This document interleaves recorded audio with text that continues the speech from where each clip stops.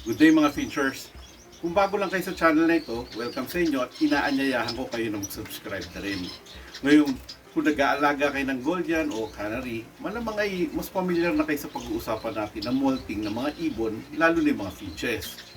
Ngayon, uusisain natin kung ano nga ba ang dahilan at epekto ng pagmumolt sa ating mga alagang finches, paano ito malalaman kung nagmumolt na sila, at kung ano yung mga dapat nating gawin sa mga panahong ito para hindi masyado ma-stress ang ating mga alagang ibon. Kaya stay tuned at umpisahan natin ang usapan na yan pagkatapos ng intro.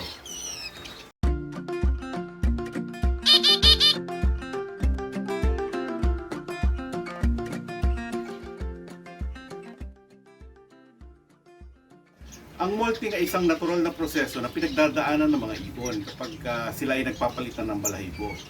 Ito ay mapa-wildman o domesticated na mga ibon. Yan rin ang dahilan kung bakit nakikita natin na gumaganda ang kulay at kalidad ng mga feathers ng mga ibon na alaga natin. Kumbaga, yung mga balahibo na kupas at luma na ay nagpapalit ng bagong tubong feathers. Ang unang pagmamolt ng ibon ay kapag nagpalit na ng balahibo yung mga juvies mula sa mapusyaw nila na kulay sa pagtubo ng mas matingkad at tunay na nila na kulay. Depende rin sa uri at edad ng mga finches kung kailan nangyayari yan. Pero kadalasan ay between 4 to 8 months ng ibon. Kadalasan na nangyayari yan once a year, ngunit may mga ibang ibon na mahigit sa isang beses sa isang taon nagmumolt. Sa mga panahon na to, nagsished ng balahibo sa buong katawan ng mga finches, pero iba-iba rin ang paraan at tagal ng pagmumolt ng iba't ibang klase ng finches. Kaya naman, nagkaka-epekto rin ang molting sa behavior nila dahil ang proseso rin ito ay nakakapagod, saka napaka-uncomfortable, saka marahil masakit sa pakiramdam ng mga alaga nating finches. May mga uri ng finches na nawawalan ng gana sa pagkain, may iba naman na kain lang ng kain, at may mga iba naman na tumitigil sa pagkanta at nag-breed habang nagmumolt. Nagiging balisa rin sila habang nagpapalit ng balahibo, kaya mamaya ay pag-uusapan naman natin ang mga bagay na dapat natin gawin para mas mapadali at less stressful sa mga ibon natin ang proseso na yan.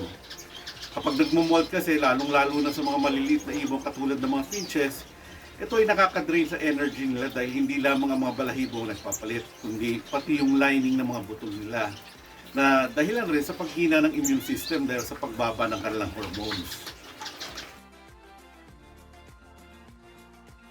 Actually, dumedepende talaga sa species ng finch kung gaano kadalas at gaano katagal umaabot ang pagmumolt nila. Para mas maintindihan nyo, ito ang ilang halimbawa. Sa mga zebra finches at sa karamihan ng mga fancy finches, very gradual ang pagmumolt ng mga ibon na ito na halos hindi kapansin-pansin sa mga itsura nila. Ang mga zebra finches nga ay walang specific na panahon ng pagpapalit ng balahibo. Pero syempre, hindi naman nangangahulugan na hindi sila dumadaan sa proseso ng pagmumolt. Kasi all year round sila nagpapalit ng balahibo at paunti-unti lang din. Kaya hindi masyado apektado ang behavior nila. Kapareho rin nila ang mga budgies at saka parakeet na mga opportunistic breeders. Ibig sabihin, tuloy-tuloy pa rin ang pag-breed nila kahit habang nagmumolt, basta makuha lang nila ang mga pangangailangan nila kagaya ng balanced diet. Kakaiba naman ang case ng mga Goldian at saka parrot finches dahil sila ay dumadaan sa tinatawag na heavy molt. Ito ay nangyayari sa kanila pagkatapos ng breeding season at kadalasan ay tumitigil rin ang kanilang pag-breed sa mga panahon na ito. Ang pagpapalit ng balahibo ng mga ibon na yan ay kapansin-pansin dahil makikita nyo talaga ang mga pin feathers sa mga ulo at katawan nila kapag nagmumolt na nga sila. Medyo nakakaawa nga silang tingnan dahil minsan halos buong ulo nila ay puro pin feathers na naglalabasan. Halatang halata rin ang pagka-stress nila dahil hindi sila energetic sa mga panahon na yan at saka yung prosesong ito ay tumatagal ng ilang linggo o minsan mahigit sa isang buwan pa para makumpleto. Pero pagkatapos naman ng pagpapalit nila ng balahibo, ilalabas at babalik naman yung pagkadiin ng kulay nila, lalong-lalo na doon sa mga lalaki. Sa mga goldfinch naman, pinagdadaanan nila ito twice a year, pero halos wala pa naman nag-aalaga niyan dito sa Pilipinas, kaya wag na natin talakayin yan. Para naman sa mga canary, kapareho rin nila ang mga Goldians na may annual molt. Kapag juvenile pa ang canary, magsisimulang mag-molt ang mga ibon na ito, pagtungtong nila ng mga 6 na buwan, pero soft molt lang ang mangyayari sa kanila na hindi naman masyado kapansin-pansin. Sa mga adult na mga canary, ay nagsisimula silang mag-molt pagkatapos ng breeding season at aabot ng pagpapalit nila ng balahibo ng mga 6 to 8 weeks o 2 buwan. Sa mga panahon na yan, maaaring tumigil sa pagkanta ang mga lalaking canary dahil ayaw nilang mag-exert masyado ng energy sa mga panahon na nagpapalit sila ng balahibo. Pero huwag kayong mag-alala dahil once matapos ang pagmumolt, ay babalik rin naman ang sigla at saka pagkanda ng mga ibon na yan. Lalong-lalo na pag ready na sila mag-breed uli, na karaniwan naman nangyayari sa mga bare months ng taon dito sa Pilipinas. Ang mga common na sinyalis na nagmumolt ang alaga niyong finches ay kapag nakikita niyo silang madalas magkamot at saka mag-preen ng kanilang mga sariling balahibo. Minsan nga ay binubunot pa nila ang mga lumang balahibo para mas mapabilis ang pagpalit nila ng bagong feathers.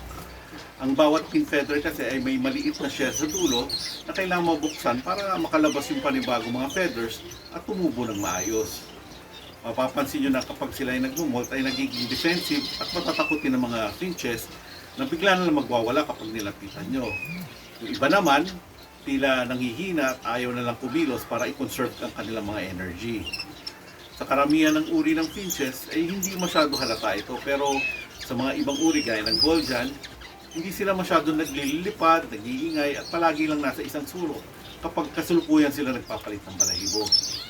Makikita nyo rin na maraming balahibo na nalalaglag sa sahig ng kulungan.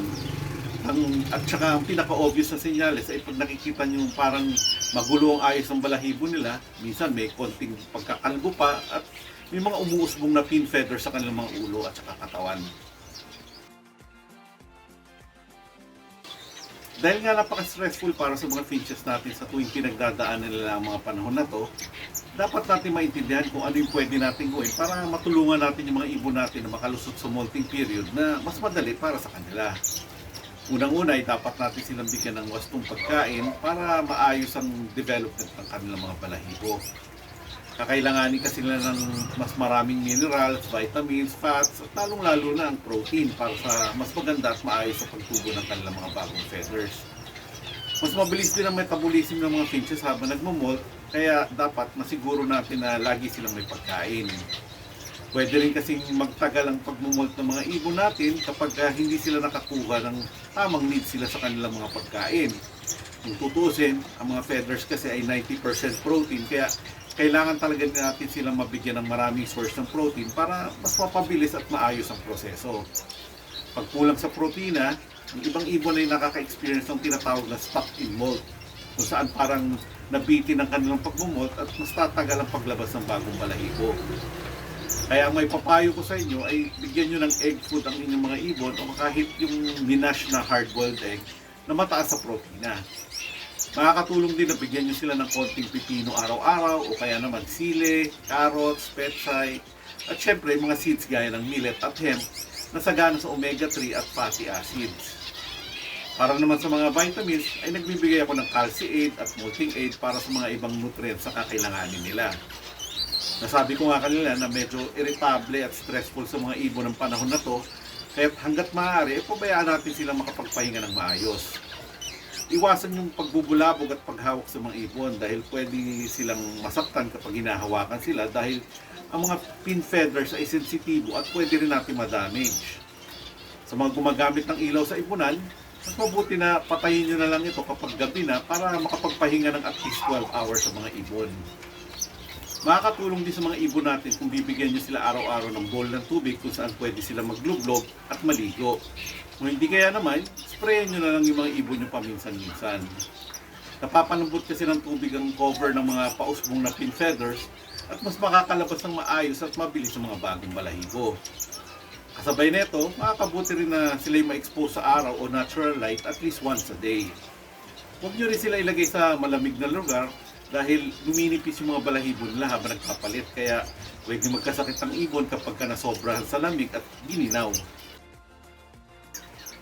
Mabanggit ko lang din na kapag nakikita nyo na sobrang nakakalbo o kaya may sugat sa balat ang mga alaga nyong finches, malamang ay hindi na molting yan at maaaring may sakit.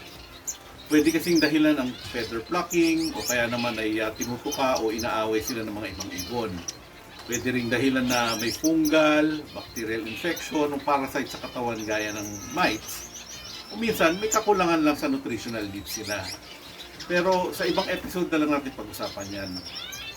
So hopefully, mas naintindihan nyo na ang molting at kung ano yung mga pinagdadaanan ng mga alaga nyong ibon.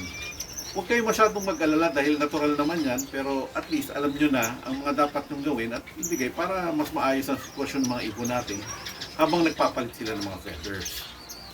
Uulitin ko lang din na kung nagugustuhan nyo ang mga napag-uusapan natin sa mga episodes natin dito, subscribe, like at share na lang din para mas ganahan pa ako gumawa ng mga vlogs. Pakiclick na rin ang notification bell para malalaman nyo sa tuwing may bago akong upload na video. Hanggang sa susunod na lang ulit. Bye!